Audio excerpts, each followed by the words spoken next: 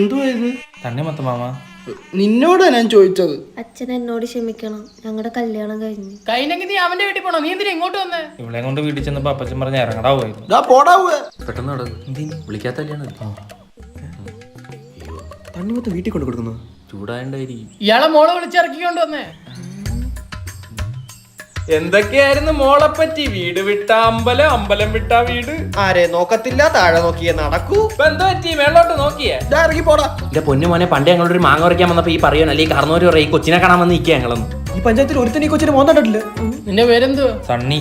കയ്യിലെന്തുവാ? തണ്ണി. പള്ളി. എടാ, എന്റെ കാര്യത്തിന് ഒരു തീരുമാനം ഉണ്ടാക്കണോ? എന്റെ പൊന്നു മോനെ, നിനക്ക് ഞാൻ എന്റെ ഇളയ മോളെ കെട്ടിച്ചേരാം. അവൾ ഇവിടെ കണക്കല്ല, വീട്ടിന്റെ പുറത്തോട്ട് പോലും ഇറങ്ങത്തില്ല. കേട്ടോ? മല്ലികേ, മല്ലികേ, കണ്ട വിളി പോലും കേൾക്കുന്നില്ല. തന്റെ മോളല്ലേ? അവളെ അടുക്കള വരിയിലെ കിണ്ണത്തെ പോയിട്ട് ഓടിക്കാണും. അല്ല, നിങ്ങൾ ചേട്ടന്റെ വീട്ടിൽ കയറ്റിയില്ലേ? ഇല്ല, ഇന്റർ കാസ്റ്റ് മാരേജ്. ഓ, രജിസ്റ്റർ മാരേജ് ആയിരുന്നു, കുഴപ്പമില്ലായിരുന്നു.